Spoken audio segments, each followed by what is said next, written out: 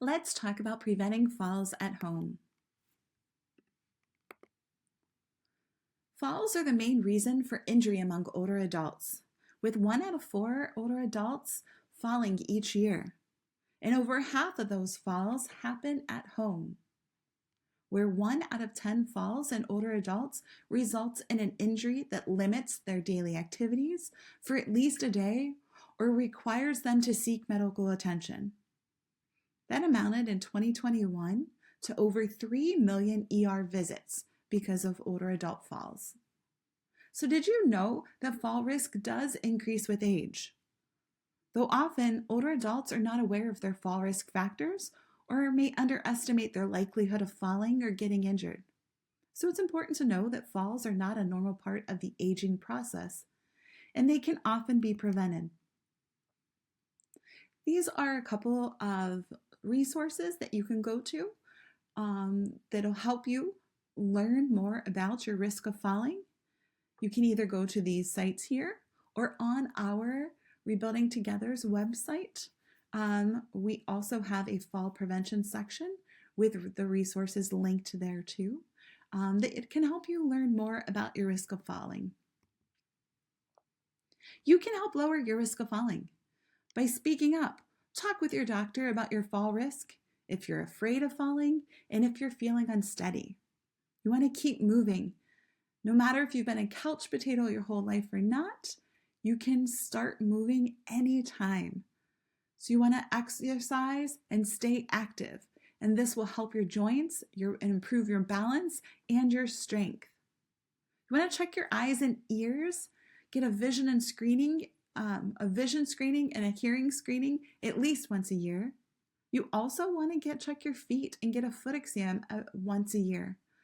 You want to look and make sure that you are wearing proper footwear, such as having a rubber sole bottom on your shoes that are non-slip. You also want to check your home safety, and that's what we're going to focus on today. Things you can do to prevent falls at home. Let's go room by room, starting with floors, stairs, and halls. Caution, you want to make sure that area rugs and throw rugs, you want to look at those because these can be tripping and slipping hazards. You want to look and see, are they loose or are they not secured to your floor? Is there a curled up edge, or do they have a wrinkle in the carpet somewhere or the throw rug somewhere? I know thick carpets can be nice and comfy to walk on, but if they're too thick, they also can increase your risk of falling because these can, your foot can get caught, can kick them and cause a trip, or a walker or a cane can snag on those. So those are things to look at. When you look at stairs, if they have busy patterns, and even if they don't, sometimes it's difficult to see where one stair starts and the next and where it ends. It can also happen on wood stairs, trying to figure out where each step starts and ends.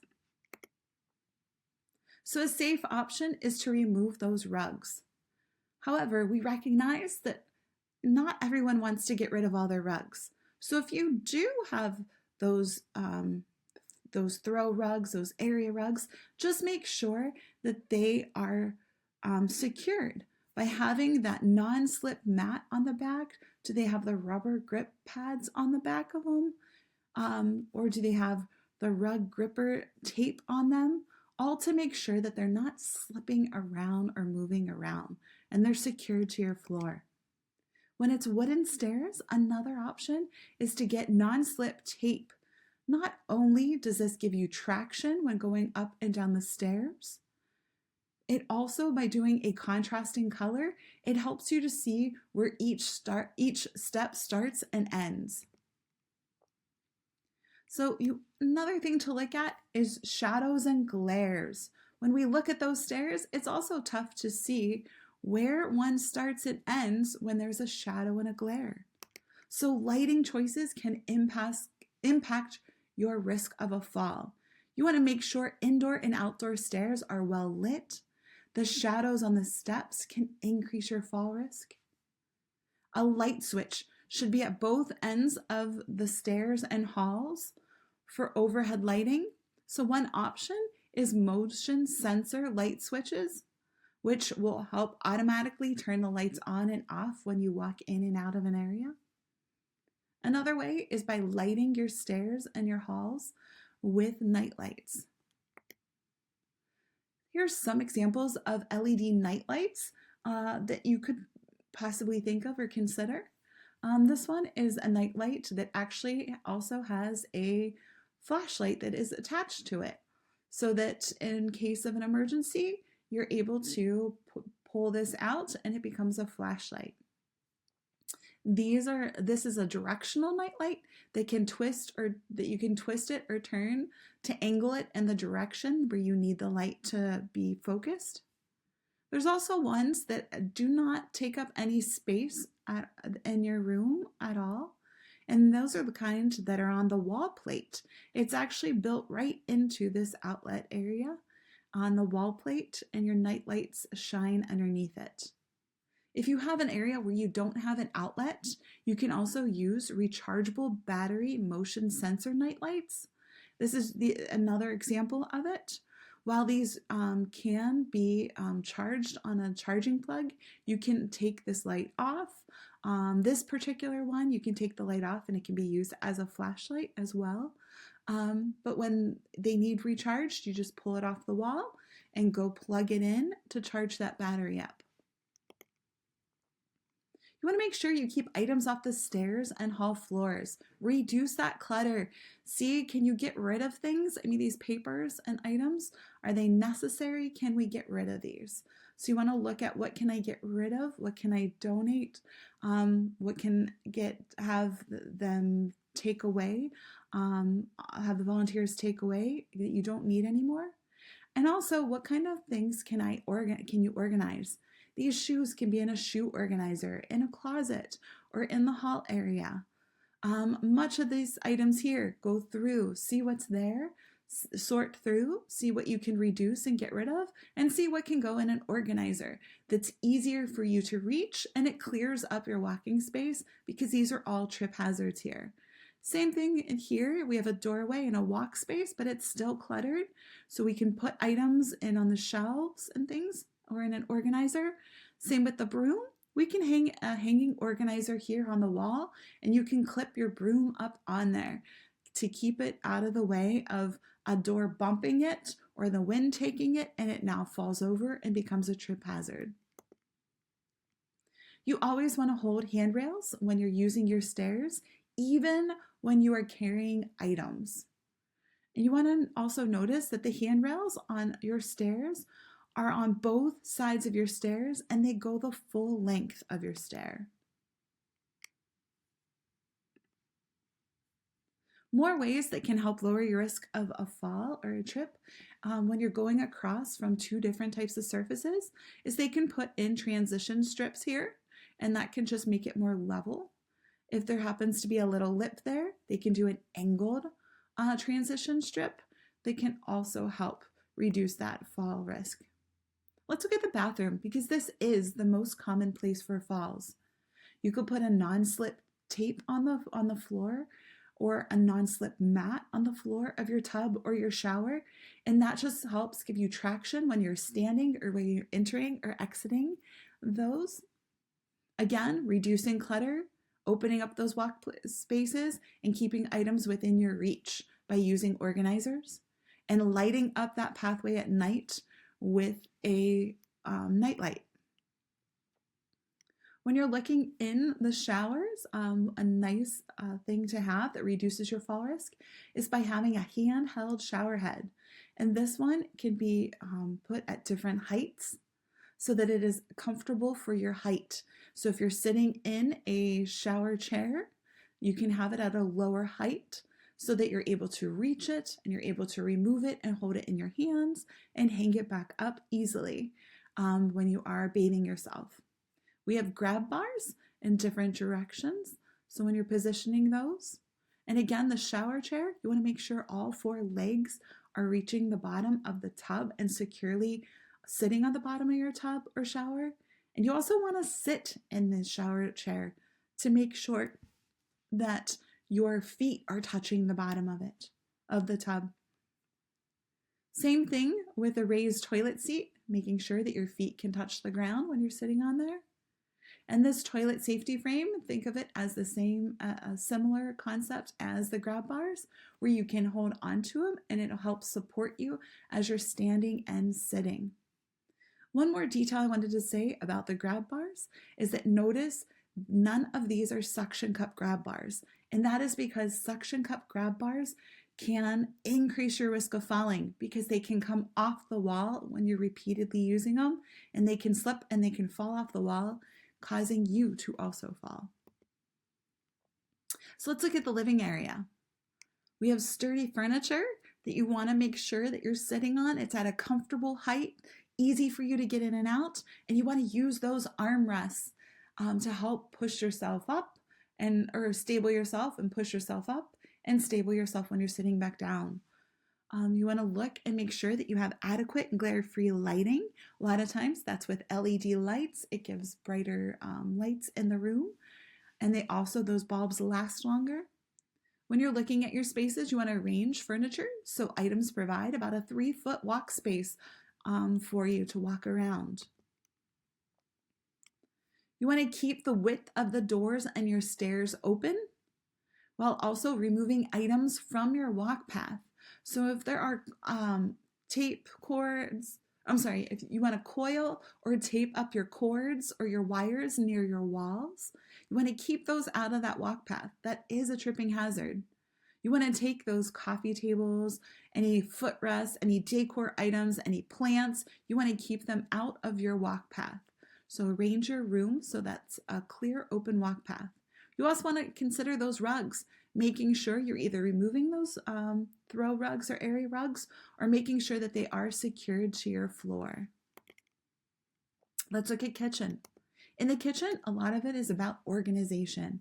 You want to keep your items in areas that are easy to reach. Those easy to reach places are commonly between your waist and your eye level.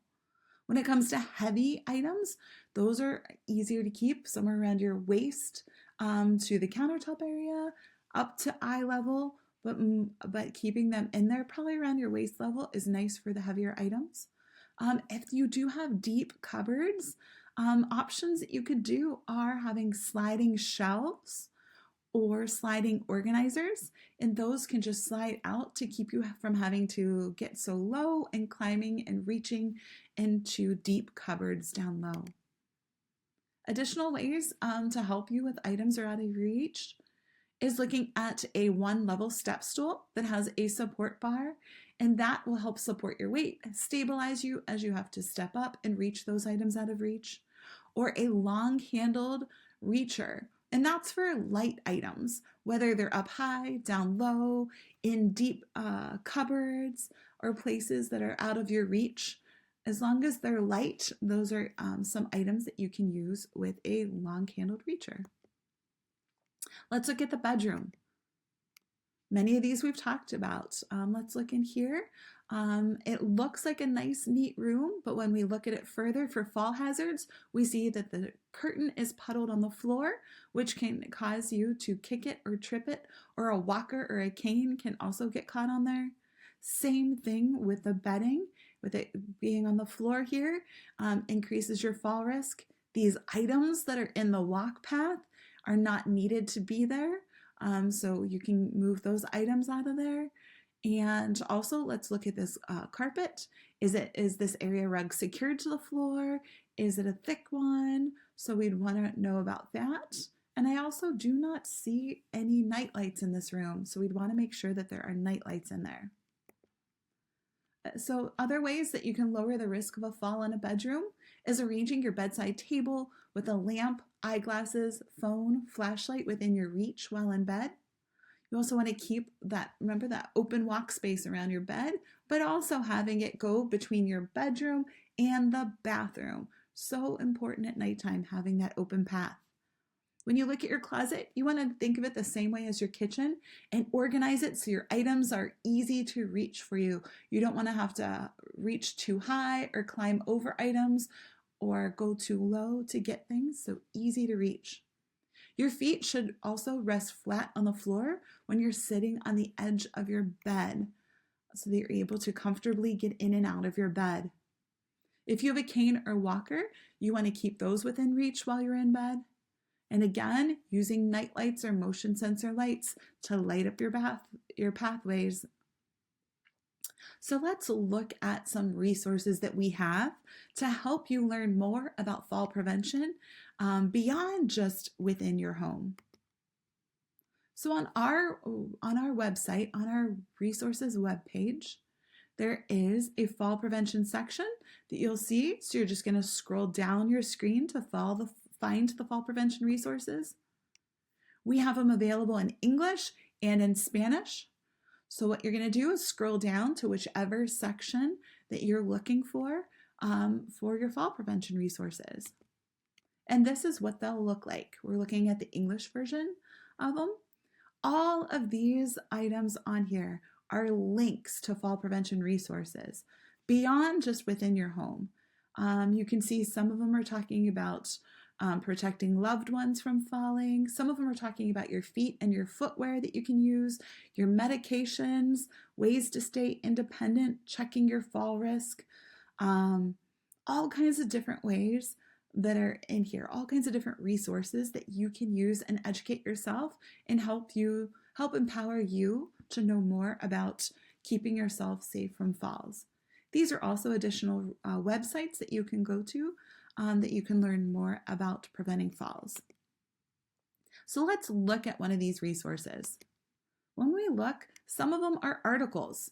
So this one in particular is an article. And as we can see, you can read and educate yourself more about myths for falls. You can educate yourself, learn more about that.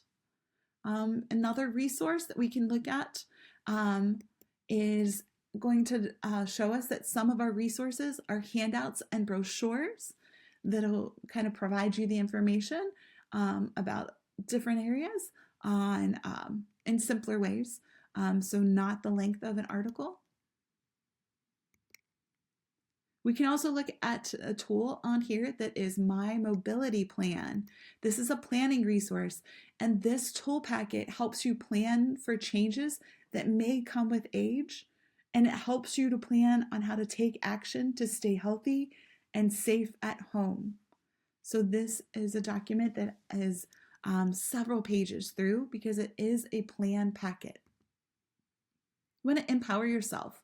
Falls are preventable, so you want to speak up, keep moving, check your eyes, your ears, and your feet each year, and you want to make your home safer.